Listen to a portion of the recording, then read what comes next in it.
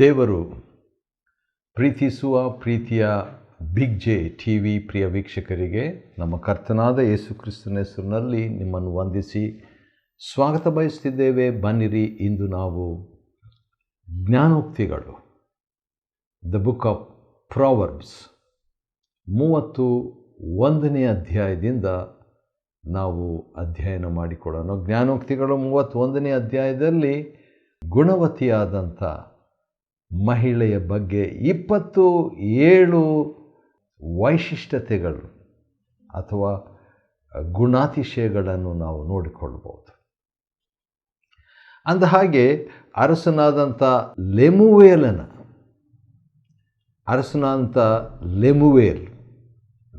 ಅಂತ ಹೇಳ್ಬಿಟ್ಟು ಒಬ್ಬ ಅರಸನು, ಅವನ ಹಿನ್ನೆಲೆಗಿಂತಲೂ ಅವನ ಹೆಸರಿನ ಅರ್ಥ ಭಾಳ ಚೆನ್ನಾಗಿದೆ. ಅದೇನಂತ ಹೇಳಿದರೆ, ಲೆಮುವೇಲ್ ಅಂದರೆ ದೇವರಿಗೆ ಸೇರಿದವನು. Wow, belonging to God. ದೇವರಿಗೆ ಯಾರೆಲ್ಲ ಸೇರಿದಾರೋ ಅಂಥವರಿಗೆ ಈ 27 ಗುಣಲಕ್ಷಣಗಳು, ಕ್ಯಾರೆಕ್ಟರಿಸ್ಟಿಕ್ಸ್ ಇರ್ತವೆ. ಅದು ಮಹಿಳೆನೇ ಆಗಿರ್ಬೋದು ಅಥವಾ ಒಬ್ಬ ಪುರುಷನೇ ಆಗಿರ್ಬೋದು. ಆದ ಕಾರಣ ದೇವರಿಗೆ ಸೇರಿದ ವ್ಯಕ್ತಿಗಳ 27 ಗುಣಲಕ್ಷಣಗಳಂತ ಕೂಡ ನಾವು ಇದನ್ನು ಅಧ್ಯಯನ ಮಾಡಿಕೊಳ್ಬಹುದು. ಆದ ಕಾರಣ ಇದರಲ್ಲಿ ಆಶ್ಚರ್ಯ ಏನಂದರೆ, ಲೆಮುವೇಲನು ಅಂದರೆ ದೇವರಿಗೆ ಸೇರಿದವನು ಎಂಬ ಹೆಸರನ್ನು ಹೊಂದಿದಂಥ ಈ ವ್ಯಕ್ತಿಗೆ, ಈ ರಾಜನಿಗೆ ತನ್ನ ತಾಯಿ ಕೊಟ್ಟಂಥ ಉಪದೇಶ ಇದು. ತಾಯಿಯ ಉಪದೇಶ, ವಾವ್! ಮಹಿಳೆಯ ಮಹತ್ವ, ತಾಯಿಯ ಉಪದೇಶ. ಹೌದು, ಅದು ದೈವೋಕ್ತಿಯಾಗಿ ತಾಯಿ ಕೊಟ್ಟಂಥದ್ದು. ಆದ ಕಾರಣ ಮಹಿಳೆಯ ಬಗ್ಗೆ, ನಕಾರಾತ್ಮಕವಾದ ಮಹಿಳೆಯ ಬಗ್ಗೆ 3ನೇ ವಚನದಲ್ಲಿ ಹೇಳಿಬಿಟ್ಟು, ಅನಂತರ ಸಕಾರಾತ್ಮಕವಾದ ಮಹಿಳೆಯ 27 ಗುಣಲಕ್ಷಣಗಳನ್ನು ಆಕೆ ಹೇಳ್ತಾಳೆ. ಅದನ್ನು ನಾವು ನೋಡಿಕೊಳ್ಳೋಣ. ಮೊದಲನೇದಾಗಿ 31ನೇ ಅಧ್ಯಾಯ 10ನೇ ವಚನದಲ್ಲಿ ನಾವು ನೋಡುವಾಗ, ಅಂಥ ಗುಣವತಿಯು ಬಹು ಅಮೂಲ್ಯಳು. ಹೌದು, ಎಲ್ಲರೂ ಅಮೂಲ್ಯರೇ. ಒಬ್ಬ ಮನುಷ್ಯನು ಲೋಕವನ್ನೆಲ್ಲ ಸಂಪಾದಿಸಿಕೊಂಡ್ರು, ತನ್ನ ಪ್ರಾಣ, ತನ್ನ ಆತ್ಮ ನಷ್ಟಪಟ್ಟರೆ ಅವನಿಗೇನು ಪ್ರಯೋಜನ ಅಂತ ಹೇಳ್ಬಿಟ್ಟು ಮತ್ತಾಯ 16ರಲ್ಲಿ ನಮ್ಮ ಕರ್ತನಾದ ಯೇಸು ಕ್ರಿಸ್ತನು ಪ್ರಶ್ನಿಸಿದ್ದಾರೆ. ಮತ್ತಾಯ 10 ಮತ್ತು ಲೂಕ 12ರಲ್ಲಿ ಕೂಡ ಬಹು ಗುಬ್ಬಿಗಳಿಗಿಂತಲೂ ನೀವು ಅಮೂಲ್ಯವಾದವರು, ಬೆಲೆ ಉಳ್ಳವರು. ನಿಜ. ಯೆಶಾಯ 43, ದೇವರಿಗೆ ನಾವು ಅಮೂಲ್ಯರು, ನಿಜ. ಆದರೆ ಮಹಿಳೆಯಲ್ಲಿ ಬಹು ಅಮೂಲ್ಯರು ಯಾರಂದರೆ ಗುಣವತಿ. ದೇವರಿಗೆ ಸೇರಿದವರು ಬಹು ಅಮೂಲ್ಯರು. ಅದು ಮೊದಲನೇ ಗುಣಲಕ್ಷಣ. ಎರಡನೇದಾಗಿ, ಪತಿ ಹೃದಯ ಆಕೆಯಲ್ಲಿ ಭರವಸೆ ಬಿಡುವುದು. ಹಾಗಾದರೆ ಮೊದಲನೇದು ಬಹು ಅಮೂಲ್ಯ ಅಥವಾ ಬಹು ಅಮೂಲ್ಯಳು. ಎರಡನೇದು ಭರವಸೆ ಪಡತಕ್ಕಂಥವಳು. ಅದರಲ್ಲಿ ಪ್ರತ್ಯೇಕವಾಗಿ ಗಂಡ ಆ ಗುಣವತಿಯ ವಿಷಯದಲ್ಲಿ ಒಂದು ಕಾನ್ಫಿಡೆನ್ಸ್, ಭರವಸೆ ಭಾಳ ಪ್ರಾಮುಖ್ಯ ರೀ. ಸಂಬಂಧದಲ್ಲಿ ಯಾವಾಗ ಭರವಸೆ ಹೋಗ್ಬಿಡ್ತದೋ, ಕಾನ್ಫಿಡೆನ್ಸ್ ಹೋಗ್ಬಿಡ್ತದೋ, ಸಂಬಂಧನೂ ಕುಸಿದು ಬಿಡ್ತದೆ. ಆ ಸಂಬಂಧ ಕಟ್ಟಲಿಕ್ಕೆ 2 ವರ್ಷ, 3 ವರ್ಷ, 4 ವರ್ಷ, 5 ವರ್ಷ, 10 ವರ್ಷ, 20 ವರ್ಷ, 30, 40, 50 ವರ್ಷಗಳು ಆಗಿರ್ಬೋದು. ಭರವಸೆ ಹೋದಾಗ, ಪ್ರೀತಿ ಇಲ್ಲದಿರುವಾಗ ಆ ಸಂಬಂಧ ಕುಸಿದು ಬಿಡ್ತದೆ ರೀ. ಸರಿ, ಮುಂದೆ ನಾವು ನೋಡ್ತಾ ಇದ್ದೀವಿ. ಜ್ಞಾನೋಕ್ತಿ 31ನೇ ಅಧ್ಯಾಯದಿಂದ ನಾವು ನೋಡ್ತಾ ಇರುವಂಥ ವಿಷಯ ಏನಂತ ಹೇಳಿದರೆ, ಗುಣವತಿಯ 27 ಗುಣಲಕ್ಷಣಗಳು, 27 ಕ್ಯಾರೆಕ್ಟರಿಸ್ಟಿಕ್ಸ್ ಆಫ್ ಎ ವರ್ಚುವಸ್ ವುಮನ್. 3ನೇ ಗುಣಲಕ್ಷಣ ಏನಂತ ಹೇಳಿದರೆ, ಹಿತ ಮಾಡ್ತಾ ಇರೋದು, ಹಿತ ಮಾಡುವ ಗುಣ. ಅಹಿತ ಮಾಡೋದಲ್ಲ, ಹಿತ ಮಾಡುವುದು. ಯಾಕಂದರೆ ಯೆರೆಮೀಯ 29:11 ದೇವರು, ನಾನು ನಿಮ್ಮ ವಿಷಯದಲ್ಲಿ ಯೋಚಿಸುವಂಥ ಯೋಚನೆ ಅದು ಹಿತಕರವಾದ ಯೋಚನೆ, ಅಹಿತಕರವಾದ ಯೋಚನೆ ಅಲ್ಲ ಅಂತ ದೇವರು ಹೇಳಿದ ಹಾಗೆಯೇ ಗುಣವತಿಯು ಕೂಡ ಅಹಿತವನ್ನಲ್ಲ ಹಿತವನ್ನೇ ಯೋಚಿಸುವಂಥ ಮಾಡುವಂಥ ವ್ಯಕ್ತಿ. 13ನೇ ವಚನದಲ್ಲಿ ಕೈಗೆಲಸವನ್ನೆಸುಗುವಂಥದ್ದು, ಅಂದರೆ ಕೈ ಕೆಲಸ ಮಾಡ್ತಾ ಇರೋದು. ಆಕೆ ಕೈ ಬಗ್ಗೆ ಕೂಡ ಇದೆ, ಕೆಲಸ ಮಾಡ್ತಾ ಇರುವಂಥದ್ದು ಎಂಬುದಾಗಿ. ಮತ್ತು 14ನೇ ವಚನದಲ್ಲಿ ಆಹಾರ ಒದಗಿಸೋದು ಭಾಳ ಇಂಪಾರ್ಟೆಂಟ್ ಅದು. ಯಾಕಂತ ಹೇಳಿದ್ರೆ ಕೆಲವು ಸಾರಿ ಆ ಮಹಿಳೆ ಕುಟುಂಬದಲ್ಲಿ ಮನೆಯಲ್ಲಿ ಇಲ್ದಿದ್ದಾಗ ಆವಾಗ ಹೋಟ್ಲಿಂದ ತರಿಸ್ಕೋಬೇಕಾಗ್ತದೆ ಅಥವಾ ತಾವೇ ಅಡುಗೆ ಮಾಡಬೇಕಾಗ್ತದೆ, ಹೆಚ್ಚು ಕಡಿಮೆ ಆಗ್ತಿರ್ತದೆ. ಅವರ ಆ್ಯಬ್ಸೆನ್ಸ್, ಆ ಮಹಿಳೆಯ ಇಲ್ಲದಿರುವಿಕೆಯನ್ನು ನಾವು ಗ್ರಹಿಸುವಂತೆ ಆಗುತ್ತೆ. ಮತ್ತು 6ನೇದಾಗಿ ಗುಣವತಿಯ ಮತ್ತೊಂದು ಗುಣ ಏನಂತ ನೋಡುವಾಗ ಕತ್ತಲಿರುವಾಗಲೇ ಹೇಳುವಂಥ ಒಂದು ಅನುಭವ. ಅಬ್ರಹಾಮನು ಮುಂಜಾನೆ ಎದ್ದನು, ಯೆಹೋಶುವನು ಮುಂಜಾನೆ ಎದ್ದನು, ಮೋಶೆ ಮುಂಜಾನೆ ಎದ್ದನು. ಯಾಕೆ? ನಮ್ಮ ಕರ್ತನಾದ ಯೇಸು ಕ್ರಿಸ್ತನು ಕೂಡ ಮಾರ್ಕನ ಸುವಾರ್ತೆ 1:35 ಆತನು ಇನ್ನೂ ಕತ್ತಲಿರುವಾಗಲೇ, ಇನ್ನೂ ಮೊಬ್ಬಿರುವಾಗಲೇ ಆತನು ಬೇಗ ಎದ್ದನಂತ ನೋಡ್ತೀವಿ. ಆ ರೀತಿಯಾಗಿ ಈ ಮಹಿಳೆ, ಈ ಗುಣವತಿಯಾದಂಥ ಮಹಿಳೆ ಬೇಗ ಏಳುವಂಥ ಒಂದು ಅಭ್ಯಾಸ. ಮತ್ತು ಎದ್ದುಬಿಟ್ಟು ಆನಂತರ 15ನೇ ವಚನದಲ್ಲಿ ದಿನದ ಭತ್ಯವನ್ನು ಹಂಚುವಳು. ಹೌದು, ತನ್ನ ಆ್ಯಕ್ಟಿವ್ ಆಗಿ ಇರುವಂಥ ಒಂದು 7ನೇ ಒಂದು ಗುಣವನ್ನು ಗುಣವತಿಯಿಂದ ನಾವು ಕಾಣ್ತೇವೆ. ಮತ್ತು 16ನೇ ವಚನ ಆಶ್ಚರ್ಯ. ಅದೇನಂತ ಹೇಳಿದ್ರೆ ಬಿಸ್ನೆಸ್ ಕೂಡ, ವ್ಯಾಪಾರ ಕೂಡ ಈ ಮಹಿಳೆ ಮಾಡುವುದರ ಬಗ್ಗೆ ನಾವು ನೋಡ್ತೀವಿ. ಯಾಕಂದರೆ ಹೊಲವನ್ನು ನೋಡಿ, 2ನೇದು ಯೋಚಿಸಿ, 3ನೇದು ಕೊಂಡುಕೊಳ್ಳೋದು. ವಾವ್! ನೋಡಿ, ಯೋಚಿಸಿ, ಕೊಂಡುಕೊಳ್ಳೋದು. ಬಿಸ್ನೆಸ್ ಕೂಡ ಮಹಿಳೆಯವರ ಒಂದು ಬಿಸ್ನೆಸ್ ಕೂಡ ಮಾಡುವುದರ ಕುರಿತಾಗಿ 8ನೇ ಒಂದು ಗುಣಲಕ್ಷಣ ಗುಣವತಿಯ ಬಗ್ಗೆ. ಅದೇ 16ನೇ ವಚನದ 2ನೇ ಭಾಗದಲ್ಲಿ ನೋಡುವಾಗ ತೋಟ ಮಾಡಿಸುವಳು ಅಂತಿದೆ. ಗಾರ್ಡನಿಂಗ್. ಹೌದು, ಕೆಲವು ವರ್ಷಗಳ ಹಿಂದೆ ನಮ್ಮ ಆತ್ಮಿಕ ನಾಯಕರ ಮನೆಗೆ ಹೋಗಿದ್ದಾಗ ಆ ಆತ್ಮಿಕ ನಾಯಕರ ಹೆಂಡತಿ, ಅವರು ಕೂಡ ಭಾಳ ಆತ್ಮಿಕವಾದಂಥವರು, ಬಹಳಷ್ಟು ಚಿಕ್ಕ ಚಿಕ್ಕ ತೋಟ, ಚಿಕ್ಕ ಚಿಕ್ಕ ಗಿಡಗಳು ತೋಟದಲ್ಲಿ, ಅಥವಾ ಒಂದು ಚಿಕ್ಕ ಚಿಕ್ಕ ಒಂದು ವಿವಿಧ ತರಕಾರಿ, ಕಾಯಿಪಲ್ಯ, ಕೊತ್ತಂಬರಿ, ಪುದೀನ, ಕರಿಬೇವು, ನಿಂಬೆ, ಮಾವಿನ, ತೆಂಗು, ಈ ರೀತಿಯಾಗಿ ಒಂದು ಮನೆ ಸುತ್ತಲೂ ಒಂದು ತೋಟ ಇದ್ದಿದ್ದನ್ನು ನಾನು ನೋಡಿ ಆಶ್ಚರ್ಯಪಟ್ಟೆ. ಹೌದು, ಗುಣವತಿಯಾದ ಸತಿಯು, ಗುಣವತಿಯಾದ ಮಹಿಳೆ, ಅವಳು ತೋಟ ಮಾಡಿಸುವಳು.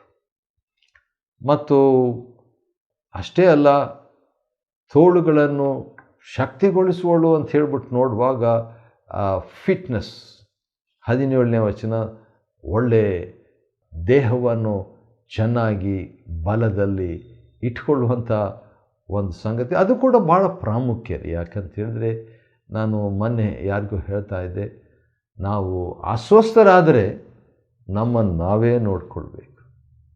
ಹೌದು, ಬೇರೆಯವರು ನೋಡ್ಕೊಳ್ಳಿಕ್ಕೆ ಇರ್ತಾರೆ, ಪಾಪ ಅವರು ಎಷ್ಟಂತ ನೋಡ್ಕೊಳ್ತಾರೆ. ಕೆಲವರು ಕಷ್ಟ ಆಗ್ಬೋದು, ಅನಾನುಕೂಲ ಆಗ್ಬೋದು, ಇಷ್ಟ ಇಲ್ಲದೆ ಕೊಡೋ ಮಾಡುವಂಥವ್ರು ಇದ್ದಾರೆ. ಆದ ಕಾರಣ ನಮ್ಮ ಆರೋಗ್ಯ ನಾವು ನೋಡ್ಕೊಳ್ಬೇಕು. ಹೌದು, ಅದಕ್ಕೆ ಶಿಸ್ತು ಬೇಕು, ಪ್ರಾರ್ಥನೆ ಬೇಕು, ಪ್ರಯತ್ನ ಬೇಕು. ಅಷ್ಟೇ ಅಲ್ಲ, ಅದರಲ್ಲಿ ವ್ಯಾಯಾಮ ಕೂಡ ಬೇಕು.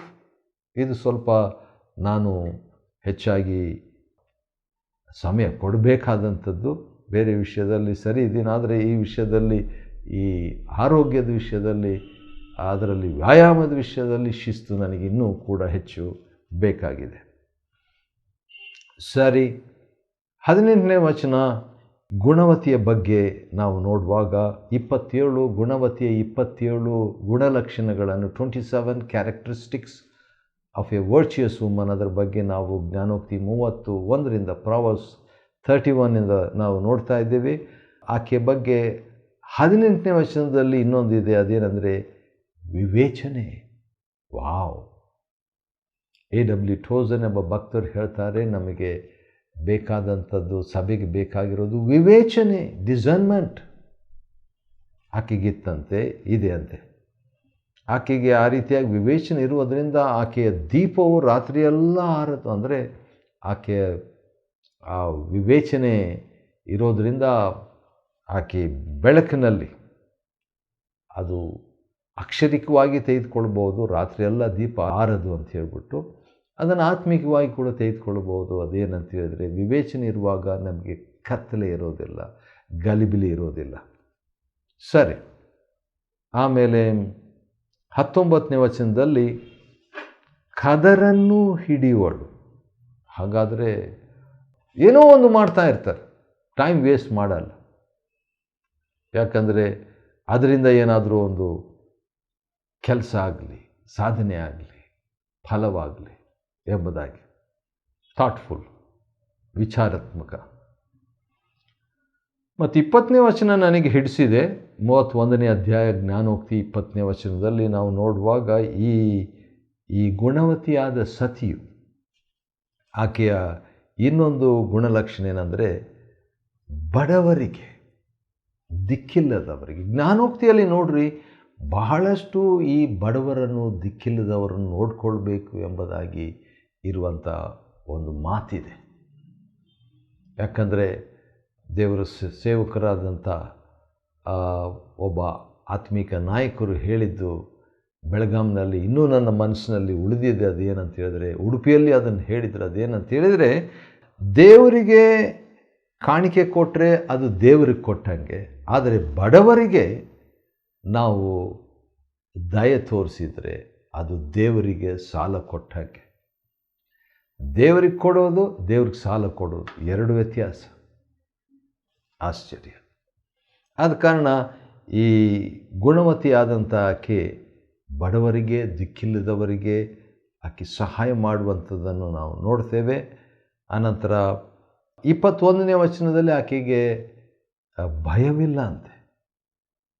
ಹೌದು, ಹಿಮದ ವಿಷಯವಾಗಲಿ ಯಾವುದ್ರ ವಿಷಯವಾಗಲಿ ಆಕೆಗೆ ಭಯವಿಲ್ಲ. ಅದೊಂದು ಒಳ್ಳೆ ಕ್ಯಾರೆಕ್ಟರು. 22ನೇ ವಚನ, ತನಗಾಗಿ ಆಕೆ ರತ್ನಗಂಬಳಿಗಳನ್ನು ಮಾಡಿಕೊಳ್ತಾಳೆ. ಹೌದು, ತನಗೆ ಬೇಕಾಗಿದ್ದು ನಾರುಮಡಿ, ರಕ್ತಾಂಬರ ಇಂಥವೆಲ್ಲ ಆಕೆ ತಾನಾಗೇ ಮಾಡಿಕೊಳ್ತಾ ಇರುವಂಥದ್ದು ಆಶ್ಚರ್ಯ ಅಲ್ವಾ? 17ನೇ ಒಂದು ಸಂಗತಿಯನ್ನು 23ನೇ ವಚನದಲ್ಲಿ ನೋಡ್ತೀವಿ. ಆಕೆ ಪತಿಗೆ ಕೂಡ ಇನ್ಫ್ಲೂಯೆನ್ಸ್ ಮಾಡ್ತಾ ಇರುವಂಥ ವ್ಯಕ್ತಿ. ಒಬ್ಬ ಗುಣವತಿ ತನ್ನ ಕುಟುಂಬದ ಅಂದರೆ ಯಜಮಾನರಿಗೆ ಪ್ರಭಾವಿಸುವಂಥ ವ್ಯಕ್ತಿ. ಅಷ್ಟೇ ಅಲ್ಲ, ನಾವು ಮುಂದೆ ನೋಡುವಾಗ ಅವಳು ಮಾರಾಟನೂ ಮಾಡ್ತಾಳಂತೆ. ಅವ್ರು ತನಗಾಗಿ ಮಾಡಿಕೊಂಡ್ಲು, ಮಾರಾಟ, ಸ್ವಲ್ಪ ಬಿಸ್ನೆಸ್ ಕೂಡ ಮಾಡ್ತಾ ಇರುವಂಥದ್ದನ್ನು 24ನೇ ವಚನದಲ್ಲಿ ನೋಡ್ತೀವಿ. ಅದು 18ನೇ ಗುಣಲಕ್ಷಣ. ಆ ರೀತಿಯಾಗಿ ಮಾರಾಟ ಮಾಡಿಬಿಟ್ಟು ವರ್ತಕರಿಗೆ ಒದಗಿಸಿಕೊಡುವಂಥದ್ದನ್ನು ನಾವು ನೋಡ್ತೇವೆ. ಮತ್ತು ಬಲವನ್ನು, ತೇಜಸ್ಸನ್ನು ಹೊದ್ದುಕೊಂಡಿರುವಳು. ಇದು ಆತ್ಮಿಕವಾದಂಥ ಒಂದು ಬೆಳವಣಿಗೆಯಾಗಿ ತೆಗೆದುಕೊಳ್ಬೋದು. ಪವರ್, ತೇಜಸ್ಸು, ಒಂದು ಇನ್ಫ್ಲೂಯೆನ್ಸ್, ಆಕೆಗೆ ಮಹಿಮೆ ಹೊತ್ಕೊಂಡಿದ್ದಾಳಂತ್ರಿ. ಹೌದು, ರತ್ನಗಂಬಳಿ ಇಟ್ಕೊಂಡಿದ್ದಾಳೆ. ಆದರೆ ಅದೇ ಸಂದರ್ಭದಲ್ಲಿ ಆತ್ಮಿಕವಾಗಿ, ಮಾನಸಿಕವಾಗಿ ಕೂಡ ಆಕೆಯಲ್ಲಿ ಇರುವಂಥದ್ದನ್ನು ನೋಡ್ತೇವೆ. ಹೀಗೆ ಹೊದ್ದುಕೊಳ್ಳುವಂಥದ್ದು. ನನಗಿಷ್ಟವಾದದ್ದು ಗುಣವತಿಯ ಬಗ್ಗೆ 25ನೇ ವಚನದಲ್ಲಿ, ಭವಿಷ್ಯತ್ತಿನ ಭಯವಿಲ್ಲದೆ ನಗುತ್ತಿರುವಳು. ವಾವ್! ಭವಿಷ್ಯತ್ತಿನ ಭಯವಿಲ್ಲದೆ ನಗುತ್ತಿರುವಳು. ಆದರೆ ಈಕೆ ನಿಜವಾಗಿ ಇಲ್ಲಿ ನೋಡುವಾಗ ನಗುತ್ತಿರುವಳು. ವಿಶ್ವಾಸ ಆಕೆಗಿತ್ತು. Woman of faith, hope. ಆಶ್ಚರ್ಯ. ಮತ್ತು 26ನೇ ವಚನ ಪ್ರೀತಿಪೂರ್ವಕವಾಗಿ ಹೇಳುವುದು. ಪ್ರೀತಿಪೂರ್ವಕ ಆಕೆಯಲ್ಲಿ ಇರುವಂಥ ಮತ್ತೊಂದು ಗುಣ. ಮತ್ತು 27ನೇ ವಚನದಲ್ಲಿ ನೋಡಿಕೊಳ್ಳುವಂಥ ಒಂದು ಗುಣ, ಅಂದರೆ ಗೃಹ ಕೃತ್ಯಗಳನ್ನು ನೋಡಿಕೊಳ್ಳೋದು, ಸೂಪರ್ವೈಸ್ ಮಾಡುವಂಥದ್ದು ಕೂಡ ಆಕೆಗೆ. ಯಾಕಂದರೆ ಆಕೆ ಸೋಮಾರಿ ಅಲ್ಲ. ಆದ ಕಾರಣ 28ನೇ ವಚನದಲ್ಲಿ ಮಕ್ಕಳಿಗೆ ಕೂಡ ಇನ್ಫ್ಲೂಯೆನ್ಸ್ ಮಾಡ್ತಾಳೆ. ಆದ ಕಾರಣ ಮಕ್ಕಳು ಎದ್ದು ನಿಂತು ಆಕೆಯನ್ನು ಧನ್ಯಳು ಎಂಬುದಾಗಿ ಹೇಳುವಂಥದ್ದನ್ನು ನೋಡ್ತೇವೆ. ಅಂದರೆ ಮಕ್ಕಳಿಂದ ಒಳ್ಳೆಯ ಸಾಕ್ಷಿ ಆಕೆ ಪಡ್ಕೊಂಡಿರುವಂಥ ಒಂದು ಗುಣ. 29ನೇ ವಚನ ಪತಿಯ ಒಂದು ಸಾಕ್ಷಿ ಕೂಡ. ಏನಂತ? ನೀನೇ ಶ್ರೇಷ್ಠಳು, ಯುನೀಕ್, ನೀನೇ ಶ್ರೇಷ್ಠಳು ಎಂಬುದಾಗಿ ಹೇಳುವಂಥ ಒಂದು ಸಾಕ್ಷಿ ಪಡೆದಂಥ ವ್ಯಕ್ತಿ ಈ ಗುಣವತಿ. 30ನೇ ವಚನದಲ್ಲಿ 25ನೇ ಗುಣಲಕ್ಷಣವನ್ನು ಗುಣವತಿಯಲ್ಲಿ ನಾವು ಕಾಣಬಹುದು. ಅದೇನಂತ ಹೇಳಿದರೆ ಆಕೆ ಭಯಭಕ್ತಿ ಉಳ್ಳವಳು. ಆದ ಕಾರಣ ಸ್ತೋತ್ರ ಪಾತ್ರಳು, ಸ್ತುತಿ ಅಥವಾ ಪ್ರಶಂಸೆಗೆ ಯೋಗ್ಯಳು, ಸ್ತೋತ್ರ ಪಾತ್ರಳು ಎಂಬುದಾಗಿ ಹೇಳಲಾಗಿದೆ. ಆದ ಕಾರಣ ಆಕೆಯ ಕೈ ಕೆಲಸಕ್ಕೆ ಪ್ರತಿಫಲವನ್ನು ಸಲ್ಲಿಸಬೇಕಂತ ಹೇಳ್ಬಿಟ್ಟು ಶಿಫಾರಸು. ಹಾಗಾದರೆ ಬೇರೆಯವ್ರ ಕಡೆಯಿಂದ ಸರ್ಟಿಫಿಕೇಟ್ ತಗೊಳ್ತಾಳೆ ಅಂತ ಕೂಡ ಹೇಳ್ಬೋದು. ಕೊನೆಯದಾಗಿ 31ನೇ ಅಧ್ಯಾಯ 31ನೇ ವಚನ ಜ್ಞಾನೋಕ್ತಿಯಲ್ಲಿ ನಾವು ನೋಡ್ತೇವೆ, ಆಕೆಯ ಕಾರ್ಯಗಳೇ ಪುರದ್ವಾರಗಳಲ್ಲಿ ಆಕೆಯನ್ನು ಪ್ರಶಂಸಿಸಿರಿ. ಅಂದರೆ ಪ್ರಶಂಸೆ ಆಕೆಗೆ ಲಭ್ಯವಿರ್ತದೆ. ಆಶ್ಚರ್ಯ ಅಲ್ವಾ? ಹೌದು. ಲೆಮುವೇಲನ ಅಂದರೆ ದೇವರಿಗೆ ಸೇರಿದವರ 27 ಗುಣಲಕ್ಷಣಗಳು ಇವಂತ ತಗೋಬೋದು, ಅಥವಾ ಗುಣವತಿಯ 27 ಲಕ್ಷಣಗಳು ಅಂತ ತೆಗೆದುಕೊಳ್ಬೋದು. ದೇವರಿಗೆ ಸೇರಿದಾತನ ಅಂದರೆ ಲೆಮುವೇಲನ ತಾಯಿ ಕೊಟ್ಟಂಥ ಸಲಹೆ ಎಷ್ಟು ಚೆನ್ನಾಗಿತ್ತು. ಇಲ್ಲಿಗೆ ಜ್ಞಾನೋಕ್ತಿಗಳು 31ನೇ ಅಧ್ಯಾಯ ಮುಗೀತದೆ, ಇಡೀ ಪುಸ್ತಕ ಮುಗೀತದೆ. ಹೌದು, ಇಡೀ ಜ್ಞಾನೋಕ್ತಿ 31 ಅಧ್ಯಾಯಗಳನ್ನು ಮುಗಿಸುವಂತೆ ದೇವರು ಕೊಟ್ಟ ಕೃಪೆಗಾಗಿ ಆತನಿಗೆ ಸ್ತೋತ್ರವಾಗಲಿ. ದೇವರು ನಿಮ್ಮನ್ನು ಆಶೀರ್ವದಿಸಲಿ.